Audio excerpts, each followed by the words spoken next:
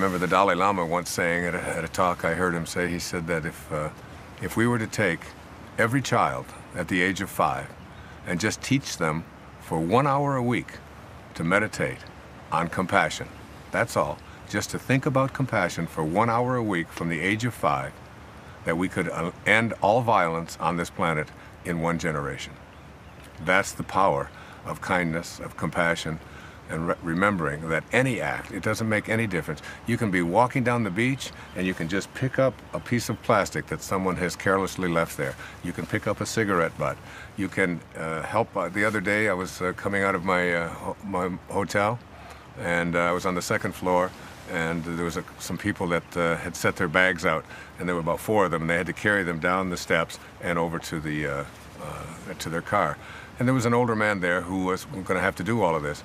And as I was walking down the stairs, I just picked up 2 of the suitcases, and I just walked down the stairs with them, and I put it down. I still haven't forgotten it. I felt good, and telling that story right now means that you're an observer to it as well, and you feel good as well. That's all we have to do. Any tiny little act of kindness is something that puts you in harmony with the source. The Buddha gift story, if we're all one and the same, how are we free of each other's opinions, bad opinions? My teacher, Abraham Maslow, used to say that to become independent of the good opinion of other people is among the highest qualities of people who've reached these levels of, of higher consciousness, or what we're talking about, the meaning phase of our life, or the afternoon of our life. And most of us get so consumed with what other people think of us. And when Buddha offered that quote, when his devotees said, how can you be so calm in the face of all that criticism? His answer was that question, which was, if someone offers you a gift and you don't accept that gift, to whom does the gift belong? And they all thought about it and then realized that when someone offers you a gift of their opinion, no matter what it is, if you don't accept it, then it doesn't belong to you. And why in the world would you ever be upset about something that belongs to someone else? It's theirs, it's not yours. And that's something that each and every one of us can cultivate. And it goes way beyond just that great spiritual story. It goes into when we put our focus on how much money am I making, or how much prestige do I have, or did I get that promotion, or did I win the game? All of that is really about being dependent upon the good opinion of other people. You ever watch television and see when the football game is on and the cameras pan the crowd and everybody's number one, and I think, only one person can be number one. Only one. But there's all of us out there. So even in a competitive tennis match or whatever it might be that you're doing, there's still the place within you where you can allow other people's opinions to be just what they are, and to just enjoy every single moment of it. When I learned that, I used to be a competitive tennis player, and when I learned how to be less focused on what this other guy was doing and whether or not he was making the calls right, and whether the wind was in my favor and all of that. And I just began to be in the process, just as almost meditating my way through a match. I became independent of all opinions of anything or anyone out there.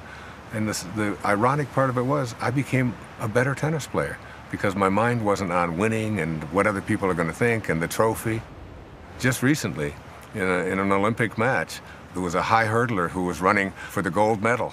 And when she got to the 9th hurdle, there's 10 hurdles, when she got to the 9th hurdle, she said in her interview afterwards, I already saw the gold medal around my neck. And as soon as she took her focus off of what she was there to do and onto the outcome, or what other people were going to think of her and what it was going to be like to stand on the podium, she hit the hurdle. And she hadn't hit a hurdle in years. If we stay on purpose, on process, rather than on what people think and what the outcome is going to be, nothing can stop us, nothing. Do you have any ego about not having an ego? That's a good question, it really is. A lot of people who get into on this spiritual path begin to say that, I'm more spiritual than you. and therefore that makes me better, And so you have to remember that this is not, even in this whole world of spirituality and higher consciousness, it's never about being better than anyone else. As I've said so many times, true nobility is not about being better than anyone else. It's just about being better than you used to be. How can one teach or share the Tao and practice it at the same time? I'm not really focused even on teaching it. I went out and lived it for a year, and I wrote a book about it, and I put it out there, and those people who want to read it and buy it, and you know, it's there for them. If they don't, I have no interest in listening to what the critics say. I let go of all of that a long time ago, because I think it's easier to sit in an air-conditioned booth and watch other people perform and then criticize them.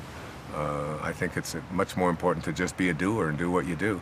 I don't write my books for anyone else. I don't write them to sell. I don't write them to be on the bestseller list. I don't write them to make money. I write because writing is what I am. It's in my heart. And if I can't do that, then I would feel incomplete. I would almost feel like I would die. It would be no longer any reason to live. It's never about the outcome. It's never about other people's opinion. It's not about being more spiritual than everyone else. Each and every one of us. There's not a soul on this planet, there's not a bird, there's not an ant out there that doesn't come from the same source and doesn't return to the same source.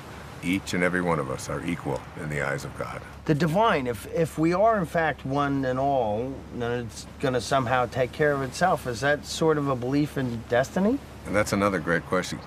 Carl Jung once said that at the same moment that you're a protagonist in your own life and you're making choices, at the very same moment, you're also the spear carrier or the extra in a much larger drama. You know, we are making choices, he said, but we are all doomed to make choices, which is a paradox. You know, we're doomed, that is, it's all set up for us, and we're also making choices. And if you want to get to the highest place in the Bhagavad Gita, the great ancient spiritual text of the Hindu faith, you know, the Bhagavad Gita teaches us, that means Song of the Lord. It teaches us that you have to learn to blend the two opposites and live with two opposite ideas at the same time. I am a choice maker, I am out there, I have a free will, and at the same time, I am being lived by the Tao. And both of those, while they may contradict each other, it's the way of life, because what doesn't contradict? Think about who you are. Think about who you are right now listening to this. Who you are is this thing that's in physical form. It has a beginning, it has an end, it has substance to it, you can touch it, you can feel it, you get a hold of it. And also who you are is totally and completely invisible. That part of you which is listening to this and processing this and thinking about it and wondering about it is invisible. It has no form. You are form and formless all at the same moment. If I want to just wiggle my finger, it's an amazing thing to be able to just take this finger and wiggle it, because here's the finger and I wiggle it. What makes it wiggle it?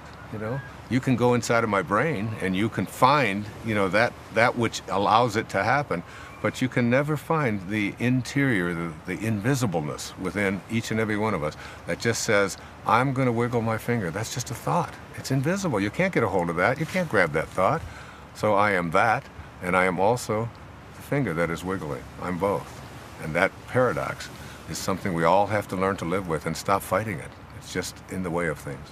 The comedian David Cross said, what does God get out of it? Worship, creation. If it's not too indulgent, can you speculate what you think Source receives from our contribution? There was a great Indian saint who came over to the Western world in the early part of the 20th century. His name was Vivekananda. And he offered this observation, this quote, if you want to understand what God gets out of it and how to get there. He said, go out in the springtime and observe the blossoms on the fruit trees. He said, the blossoms vanish as the fruit grows. So too will the lower self vanish as the divine grows within you. It's like a container. You just let more divinity grow in, more service, more living the virtues, more of that. And as you fill yourself with this, rather than the ego and what's in it for me and what can I get, the blossoms vanish, and so too, and the fruit grows, and so too does this false self. It just vanishes. It goes away. The ego goes away, and the divine grows within you. Thank you for the comfort you've given so many with your work and focus. One last question. Can I have some of your old dental floss? Because I want to sell it on eBay. On eBay. As much as you can spare, actually, because absolutely. I'm speculating that a sweater made out of it would go for top dollar. A sweater made of my dental. I like that. I'm going to tell her because I use my belly button lint for that. You know, I saved. I got a whole bunch of it saved there.